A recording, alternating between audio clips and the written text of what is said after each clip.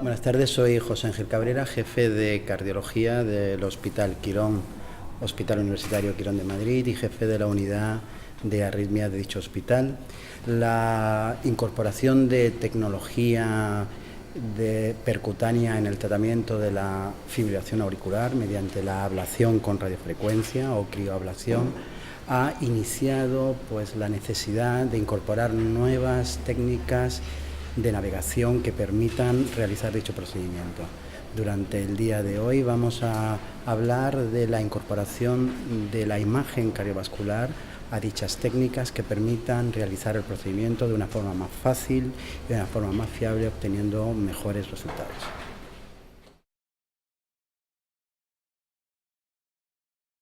Se ha estado hablando durante estas horas de la importancia, se han mostrado diapositivas y se ha hablado de la importancia de la utilización de las técnicas de imagen en el mundo de la electrofisiología.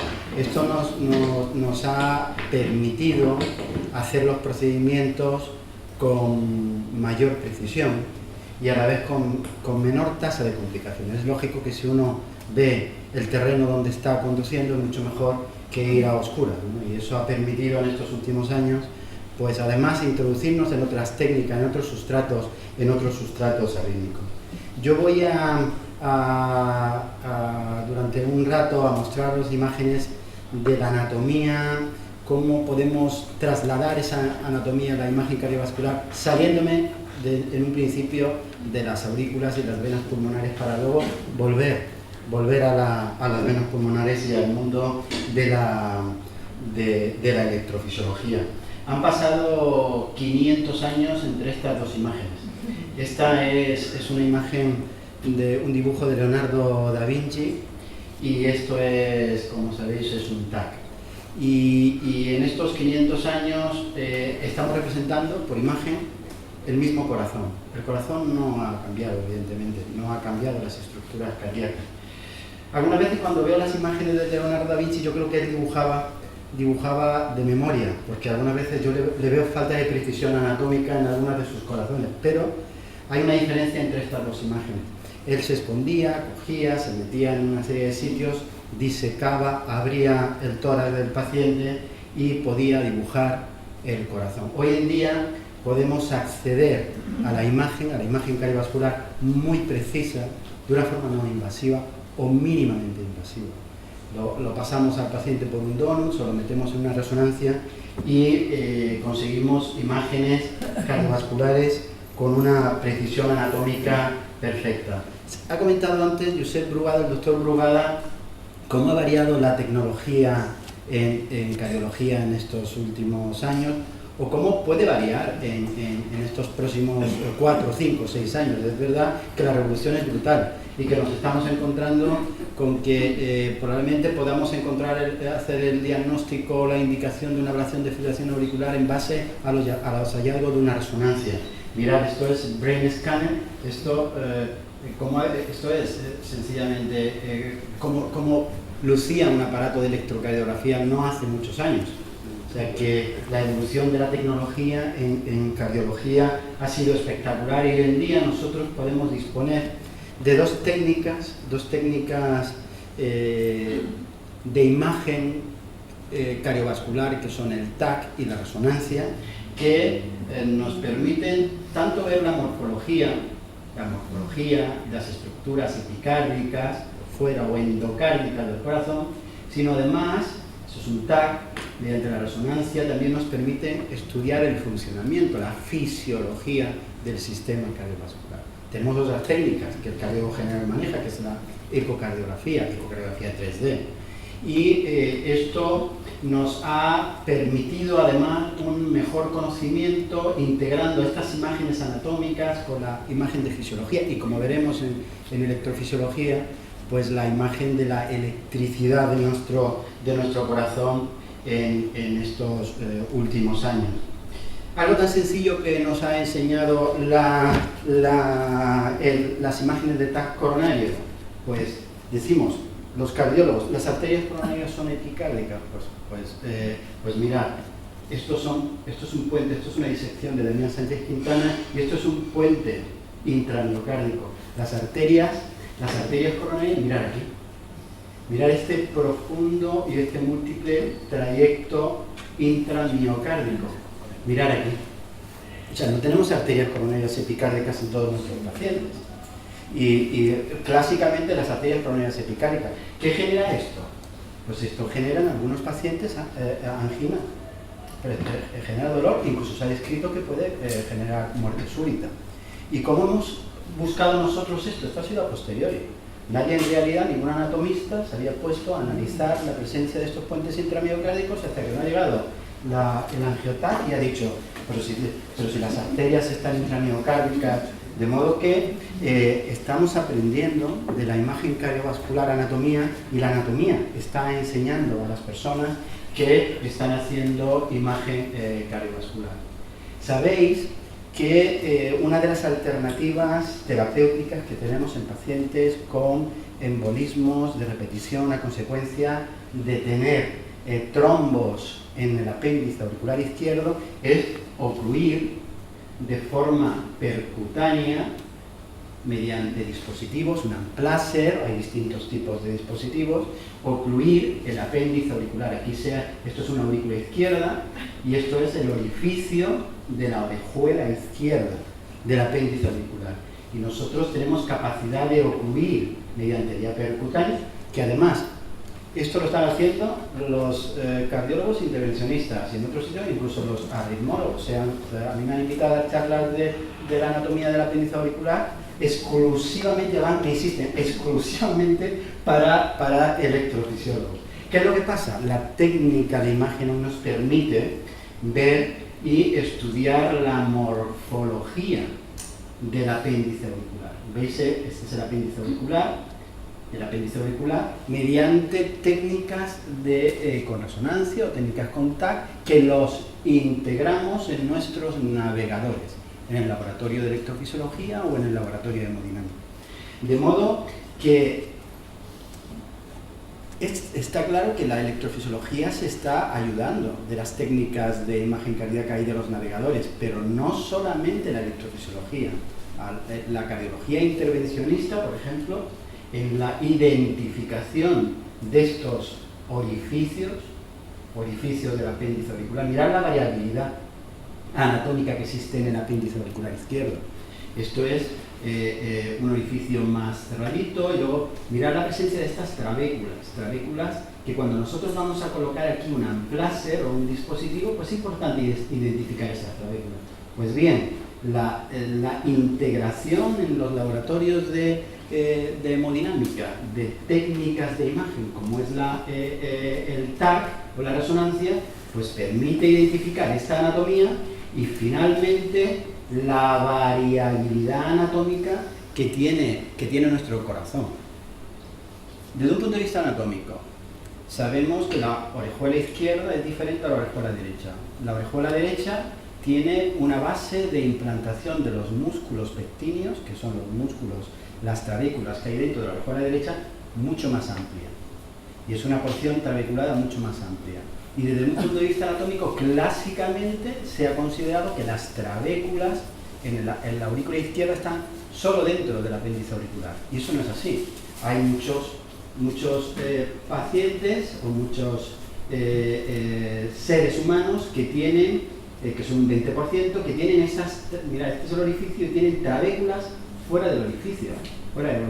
¿Qué pasa? Que 500 años después de Vesalio o de Leonardo da Vinci, porque nosotros estamos interesados en hacer una oclusión del apéndice auricular o estamos interesados en hacer una ablación en esta zona, esto es una vena pulmonar, esto es otra vena pulmonar, esta es la válvula mitral, pues nos encontramos con que la anatomía es variable en esa zona y donde tenemos músculos pectíneos extraapendiculares. Y esos músculos pectíneos extraapendiculares se pueden ver y pueden visualizarse mediante las técnicas de imagen, mediante el angioTAC. Mirar aquí, esto es el apéndice auricular izquierdo, esta es la válvula mitral, esta es la aurícula izquierda, donde Antonio ha estado antes haciendo líneas de ablación completando los gaps o los espacios no ablacionados previamente alrededor de la vena pulmonar superior izquierda, vena pulmonar inferior izquierda y las proximidades anatómicas donde existen estos músculos pectinos que pueden ser visualizados mediante técnicas como el angiotac. Mirar aquí, este es el apéndice auricular izquierdo. ¿Y por qué es importante esto? Porque nosotros, por ejemplo, hay un dispositivo que se llama Watchman, que probablemente lo conoceréis junto con el Amplacer, que son dos dispositivos que estamos utilizando para cerrar el apéndice auricular. Pues se ha visto que con el segundo hay fugas y hay como salidas, cuando se le coloca con un eco el Doppler, se ve que hay salida y probablemente estén en relación con la presencia de estos músculos pectíneos extraapendiculares. Mirar el anillo de la válvula mitral, visualizado mediante eco 3D. A que, vamos, al menos yo, que entre otras cosas me dedico a la anatomía, no podía imaginar que el anillo de la válvula mitral tuviera tantas convexidades y concavidades. Y uno se imagina el anillo mitral como una cosa mucho menos complicada que esta estructura. Esto es un patrón del anillo en la zona septal y en la zona lateral. Siempre hablamos de las comisuras, cuando hemos estudiado la estenosis de la válvula mitral, de las comisuras, pero mirar la morfología de este anillo. ¿Y esto por qué es importante? Esto es importante porque mirar aquí el anillo de la válvula mitral y su relación con una estructura que es el seno coronario. Esto es un corte, como si fuera un eje corto en el ecocardiograma. Y tenéis, esta la parte anterior y esta la parte posterior. Antes el doctor Brugada ha dicho la aurícula izquierda de atrás hacia adelante. Es verdad que ahora que solo vemos los electrofisiólogos o lo vemos como una cosa, pero yo siempre había creído que la aurícula izquierda estaba a la izquierda y la derecha estaba a la derecha, no que la aurícula izquierda es una estructura posterior en relación con la aurícula derecha, las estructuras. Bien, pues la anatomía del anillo de la válvula mitral también es variable desde su posición anterior a su posición posterior y en relación con el seno coronario. Esta estructura que veis aquí, que rodea el anillo de la válvula mitral, es el seno coronario. De un punto de vista anatómico, la válvula tricúspide está rodeada por la coronaria derecha. La válvula mitral está rodeada por el seno coronario. Por eso le llamamos surco coronario, surco AV o surco coronario. Y entonces el anillo de la válvula mitral está rodeado por esta estructura que es el seno coronario. Aquí se ha hecho una punción transeptal y hemos introducido contraste dentro de la aurícula izquierda. Y este catéter está dentro del seno coronario. Y esta imagen lo que os muestra es que la relación anatómica que existe entre el seno coronario y el anillo de la válvula mitral es variable en sus distintas porciones. ¿Y esto qué traduce? Pues que cuando nosotros vamos a hacer, por ejemplo, una anuloplastia mitral a través del seno coronario, la imagen cardiovascular y el conocimiento previo de la anatomía nos va a decir cómo es esa concavidad y convexidad y cómo se relaciona el seno coronario en relación con esa convexidad y concavidad, porque eso va a determinar de forma importante el éxito en el procedimiento.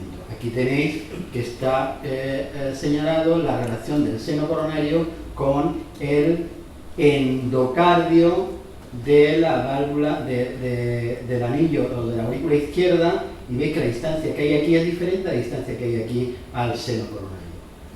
Además, cuando nosotros vamos a hacer un intervencionismo percutáneo, ya sea un electrofisiólogo o sea un hemodinamista, es muy importante conocer el sistema específico de conducción y la localización anatómica del sistema específico de conducción, porque siempre estamos cerca del riesgo de dañarlo. Cuando hacemos una ablación de la vía lenta intranodal, cerca del nodo auriculoventricular o sus extensiones, o cuando, por ejemplo, vamos a hacer un implante percutáneo de la válvula mitral, de la válvula aórtica, perdonad, que sabéis que hoy en día es una alternativa terapéutica para pacientes mayores que no tienen una indicación quirúrgica o el cirujano no quiere abordarle, pues tenemos esta posibilidad, hacer un abordaje percutáneo de un implante de una válvula aórtica a nivel percutáneo. Pues si me voy hacia atrás, mirar esta zona de aquí, esta es la aorta, esta es la aurícula izquierda, esto es lo que conocemos como septo membranoso, ¿y qué es lo que sale por ahí? El GIS. El GIS sale al lado izquierdo. Y la posibilidad que tenemos de dañar o producir un trastorno de la conducción, porque está el GIS penetrante cuando implantamos una válvula a nivel percutáneo, es grande. Y eso nos enseña la anatomía, conocer su variabilidad anatómica. ¿Qué es lo que pasa en el mundo de la electrofisiología cardíaca?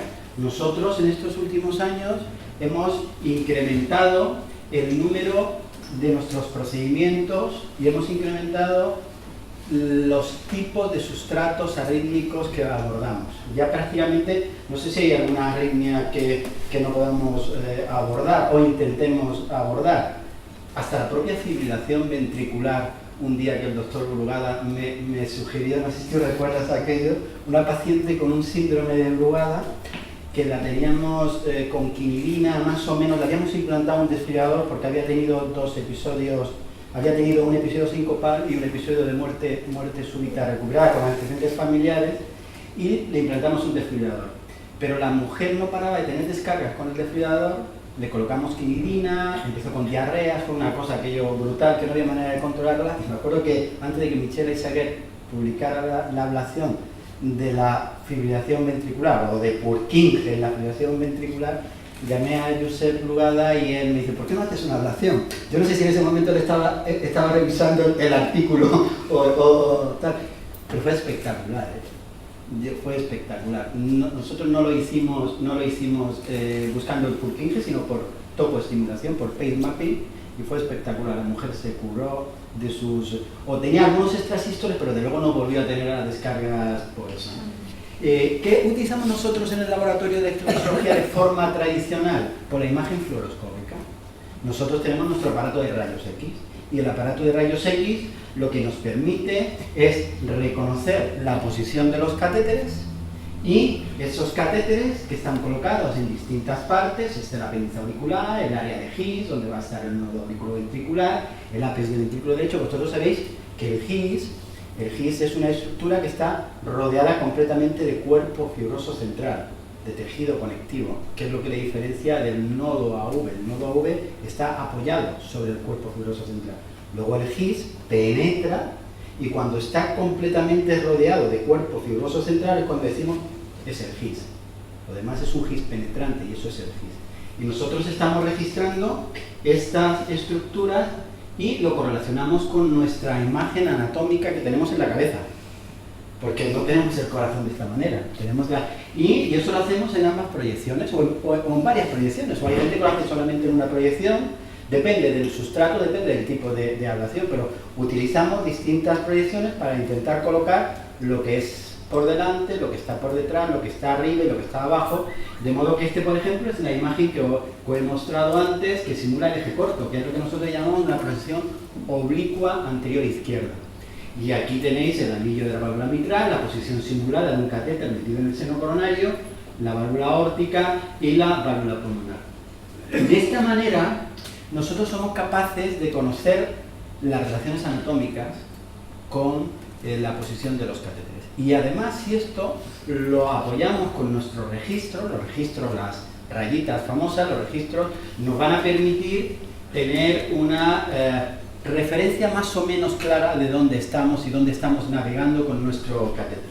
Tenemos posibilidad de introducir angiografía. Aquí tenéis, por ejemplo, esto es una angiografía de la aurícula derecha, y estamos introduciendo contraste y estamos viendo la válvula tricúspide, el apéndice auricular, esta es el ventrículo derecho, el tracto de salida del ventrículo derecho, la pulmonar, y una estructura, que es lo que antes se ha dicho cuando se ha hablado del flúter común, que es la estructura que conocemos como istmo cabo tricuspidio, que es donde nosotros hacemos ablación en pacientes con fibrilación auricular. ¿Qué necesitamos, en flúter auricular? ¿Qué necesitamos nosotros reconocer? Nosotros lo que necesitamos reconocer es la geometría de las cavidades cardíacas. Aquí tenéis, esta es la aurícula derecha, este es el ventrículo derecho, este es el ventrículo izquierdo, este es el tracto de salida del ventrículo derecho, esta es la pulmonar. Sabéis que hay taquicardia y hay muchos extrasístoles que nosotros vemos en el Holter de pacientes con un origen en el tracto de salida del ventrículo derecho. Son pacientes jóvenes o de mediana edad con un corazón estructuralmente normal. Incluso algunos de ellos pueden hacer taquicardias del tracto de salida del ventrículo derecho. ¿Por qué he comentado el tracto de salida? Por este ejemplo. Mirad la enorme complejidad anatómica que existe en el tracto de salida del ventrículo derecho. Este es la pulmonar. Estos son trabéculas.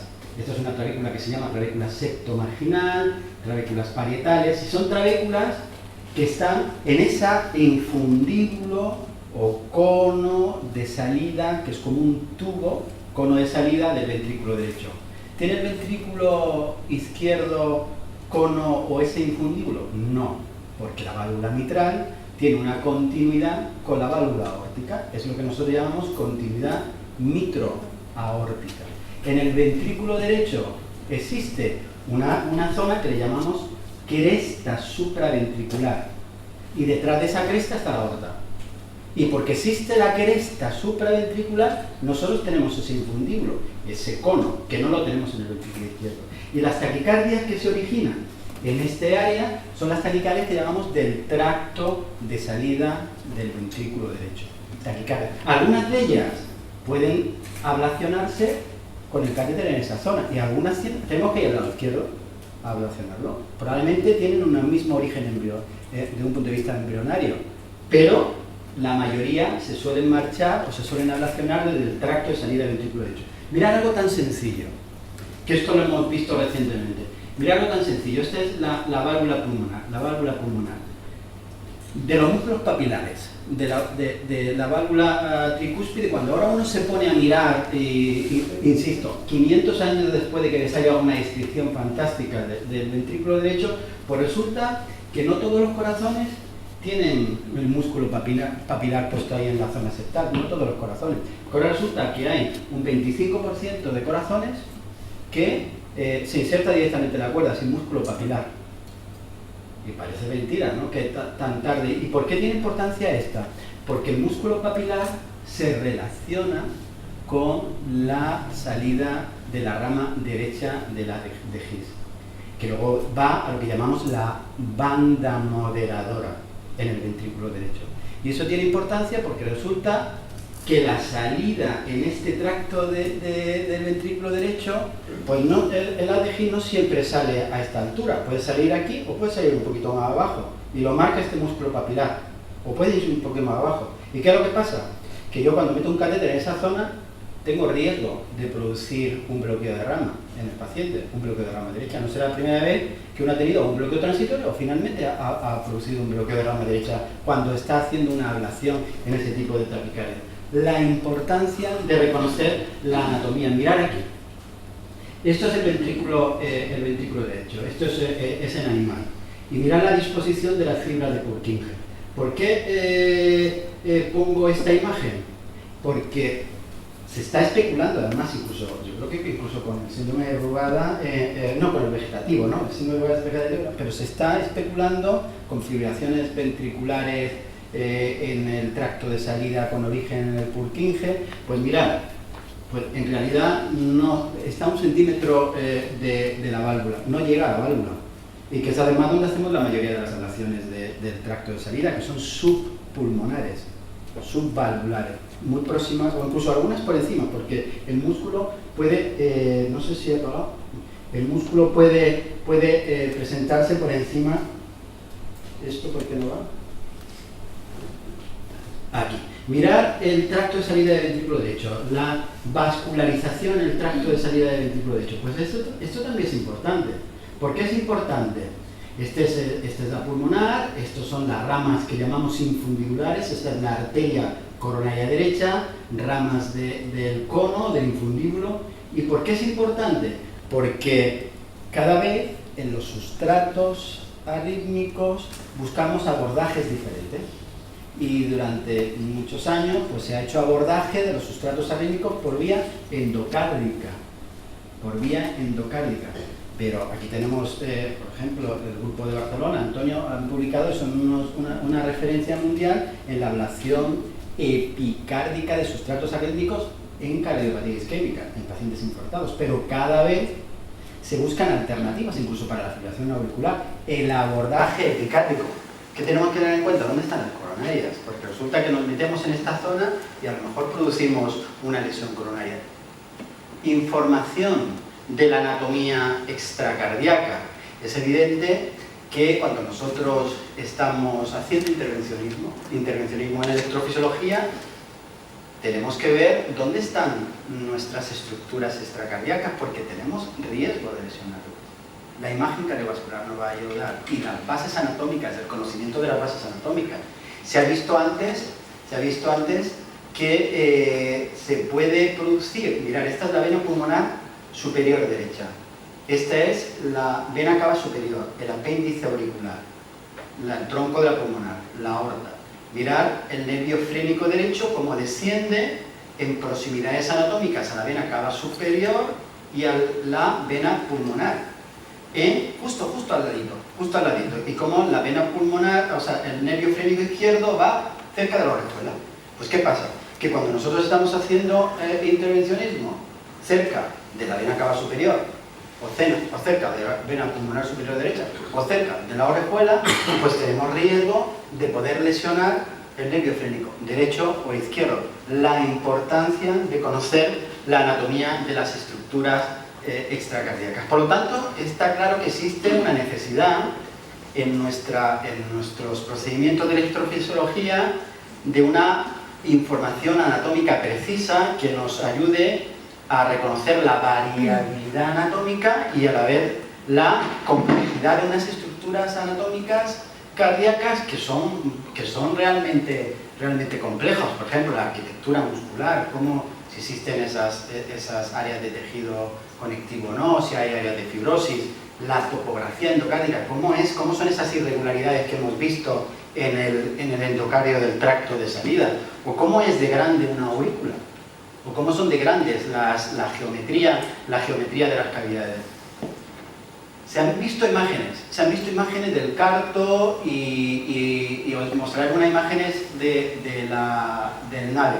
Pero esas imágenes han tenido una evolución. No hace mucho, en el 98, estas eran las imágenes con las que nosotros estábamos trabajando en el laboratorio de electrofisiología.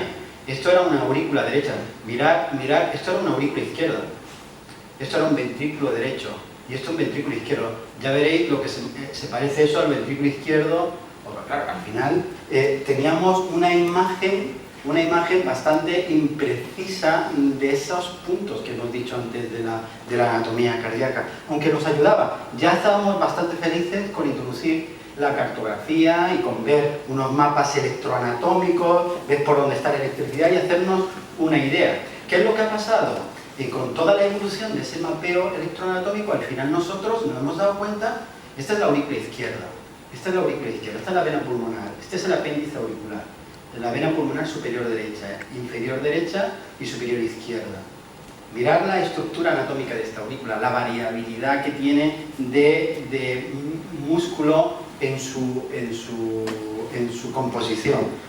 Ahora que somos capaces, incluso sin imágenes de TAC y sin imágenes de resonancia, somos capaces, a través de los sistemas de navegación, este es el NAVEX, de reconstruir de alguna manera la anatomía o la geometría de las cavidades donde vamos a trabajar, de las cavidades donde vamos a hacer una ablación de fibrilación auricular o una ablación de taquicardia ventricular. Y además esto casi nunca lo hacemos ahí, solemos acompañarlo con la fluoroscopia. Y cada vez irradiamos menos al paciente, cada vez nos irradiamos menos nosotros, pero ahí tenemos la imagen fluoroscópica. cualquiera que tiene esa imagen, ese sistema de navegación, en un momento determinado tiene que dar o pisar para tener la imagen fluoroscópica, sigue con la imagen fluoroscópica. Se empiezan a introducir en la electrofisiología las imágenes de TAC multidimensional. Mirad, esto es el apéndice auricular izquierdo, vena pulmonar superior izquierda, inferior izquierda. Esto ya en realidad ya sí tiene un aspecto parecido a lo que es realmente la anatomía cardíaca. Hemos visto con estas imágenes y con la anatomía la variabilidad que tiene, por ejemplo, la aurícula izquierda. Mirad, estos son venas pulmonares. Esto es una vena pulmonar que hay entre la vena pulmonar superior derecha e inferior derecha, y mirad, aquí hay un tronco común que separa ambas venas pulmonares, la superior izquierda y la superior derecha. Mirad, estas son variabilidades anatómicas que pueden aparecer, como ha comentado antes la doctora, casi en un 40% de los pacientes, son bastante frecuentes. La más frecuente es una salida común de la aurícula izquierda. Pero además, somos capaces, mirad, una visión endocárdica. Esto es el interior de la aurícula izquierda y nos permite los sistemas de introducir en nuestro sistema de navegación la capacidad de ver o visualizar la geometría endocárdica mediante unos software que finalmente lo que hacen es enseñarnos la parte que nos interesa, segmentar incluso el corazón, cogemos, lo segmentamos y nos enseña la parte que queremos del corazón, la aurícula izquierda, el ventrículo derecho, y nos permite concentrar. Aquí tenéis las imágenes de las primeras publicaciones donde con los sistemas de navegación, en este caso es el CARTO, se puede fusionar la imagen que os he mostrado al principio, donde intentamos reconstruir el corazón y la anatomía cardíaca, con las imágenes obtenidas del TAC o la resonancia, y al final nos permiten trabajar